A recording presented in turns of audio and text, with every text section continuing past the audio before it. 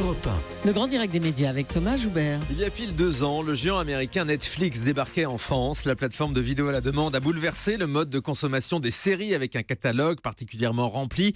Parmi les séries inédites proposées, on peut citer House of Cards, que vous connaissez tous, Orange et The New Black, qui fait beaucoup parler, ou encore la dernière, qui a connu un grand succès cet été, Stranger Things, que j'ai regardé moi tout ce week-end. Cette nouvelle manière de regarder la télévision a-t-elle vraiment séduit les Français ? C'est l'occasion, après 2 ans de Netflix en France, de faire le bilan. On va le faire avec nos 3 invités du jour. Enguerrand Renaud, journaliste au Figaro, bonjour. Bonjour. François Miguet de Capital, bonjour. Bonjour. Et Alexis Delcambre, journaliste au Monde. Merci d'être avec nous. Déjà Enguerrand, alors tout le monde a entendu parler de Netflix, forcément. Je suis sûr qu'il y a encore beaucoup d'auditeurs qui ne savent pas ce que c'est. Alors c'est quoi ? Comment ça marche ? Alors Netflix, c'est un service de vidéo par abonnement, c'est-à-dire pour un abonnement entre à peu près 8 et 12 euros. Il y a 3 abonnements suivant le nombre d'écrans sur lesquels on peut regarder. On peut regarder tout le catalogue. D'accord ? On peut y passer, comme vous avez passé, le week-end, on peut y passer la nuit. On peut prendre une série comme Narcos et prendre le premier et la deuxième saison. Et en fait, on choisit ce qu'on regarde quand on veut. Et exactement, il y a une interface assez pratique. Il y a des recommandations, puisque c'est une société qui fait du software. Donc il y a une recommandation. On vous dit, vous avez aimé House of Cards, vous allez aimer Narcos. C'est ça, tiens d'ailleurs, François Miguet, vous avez enquêté dans Capital sur la puissance de Netflix. C'est une de leurs forces d'avoir cette espèce d'algorithme qui sait précisément ce qu'aime le téléspectateur. Oui, absolument. En fait, Netflix, c'est une boîte d'ingénieurs à la base. Et donc, quand on va chez eux en Californie, on se rend compte que finalement, on s'attendrait à avoir plein de gens qui achètent des contenus, Kevin Spacey dans les couleurs, pas du tout. Il n'y a que des ingénieurs qui collectent de la donnée, de la data pour savoir précisément ce sur quoi vous cliquez, ce que vous regardez comme programme et ce qui va vous plaire en réalité. D'ailleurs, ils récupèrent un peu comme Google énormément de données sur vous pour après vous suggérer des contenus qui seront personnalisés. Ouais, c'est ça, exactement. Alors, il y a des séries, on l'a dit, il y a aussi des films. Alexis Delcambre, c'est un catalogue qui leur appartient. Comment ça se passe ? C'est un catalogue, oui, ils acquièrent des droits, donc il y a environ 200 séries sur Netflix en France, plus de 1000 films, donc c'est le catalogue le plus riche de la SVOD française aujourd'hui.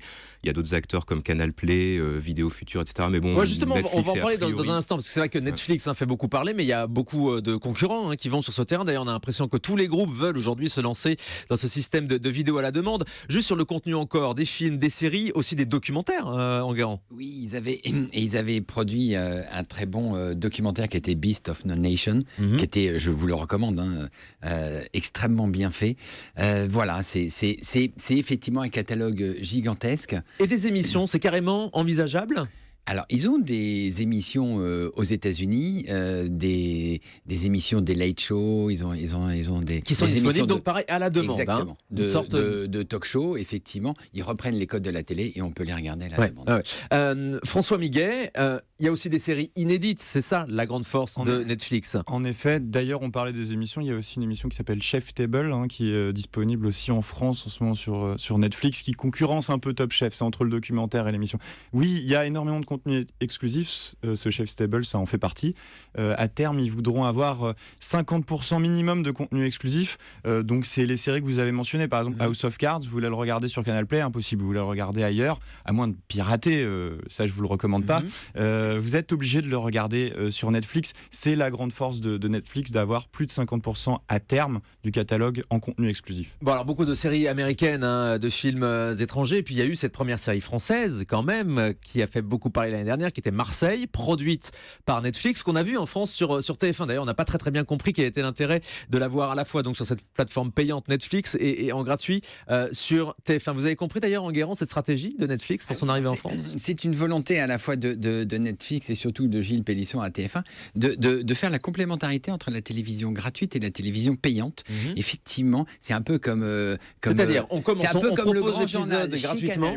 Non, c'est une fenêtre. Il y a et donc ils vont travailler ensemble. Ils vont même coproduire maintenant une série ou peut-être 2 si ça marche bien. C'est-à-dire effectivement, ils font la fenêtre gratuite, c'est TF1 et la fenêtre payante, c'est Netflix. D'accord, une série qui était complètement ratée entre nous pour les connaisseurs. Alexis Delcambre, c'était pas important finalement que cette série soit réussie pour Netflix. Moi, on m'a souvent expliqué que peu importe que la série soit ratée ou réussie, l'essentiel c'était qu'on en parle, que ça fasse parler et que ça fasse de la pub pour Netflix. Oui, je pense que c'est la bonne analyse. Je pense que c'était pas une série qui avait sur laquelle il misait beaucoup en termes de qualité de production, etc. etc. Je pense que c'était plutôt une espèce de geste de bonne volonté fait envers l'écosystème français. C'était on met un peu d'argent dans la production française et voilà, c'était un one shot. S'implante en France, c'est ça. Et on montre pas forcément un one shot. Il y a une saison 2 qui est annoncée. Absolument. Marseille est un one shot et il y aura une saison 2. François Miguet, simplement, on l'a dit, il n'y a pas que Netflix. Quelles sont les autres plateformes qui existent en France ? Eh bien, il y a également aussi Canal Play, on l'avait dit, qui est la plateforme de Canal+. Et d'ailleurs, aujourd'hui, en termes d'estimation d'abonnés, finalement, ils sont un peu kiff-kiff. Hein. On parle de 600 000 abonnés pour Canal Play. Je crois que Netflix, c'est à peu près dans ces eaux-là également. D'ailleurs, en deçà... on ne sait jamais combien il y a d'abonnés. On le sait pas pour Netflix. Canal Play a perdu 250 000 abonnés d'un seul coup quand SFR a décidé de le déréférencer. Donc, Canal parce que SFR a une offre aussi rien qu'elle. Voilà, Zive. Donc Canal a vraiment pris un coup sur la tête. Ils ont essayé de repartir avec une base européenne, mais pour ça il fallait pouvoir s'implanter en Italie, ce qui n'est pas le cas puisque Mediaset ils n'ont pas réussi. Une base espagnole, ce qui n'est pas encore le cas. En France, Netflix c'est pas un grand succès, puisque vous avez dit ça fait 2 ans. Il y a moins d'1 million, ça c'est sûr. On sépare, on navigue entre 700 000 et 1 million. C'est pas un succès. Non, est-ce que ça fait de l'ombre aux chaînes traditionnelles ?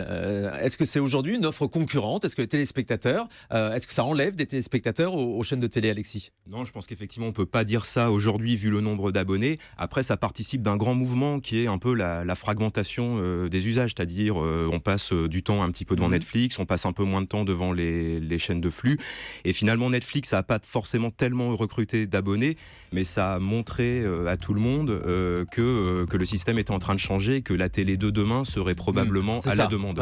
C'est une nouvelle manière de regarder sur les mentalités. La télévision, et c'est pour ça qu'on voulait vous éclairer à ce sujet ce matin sur Europe 1. Restez avec nous, Willy Revelli arrive.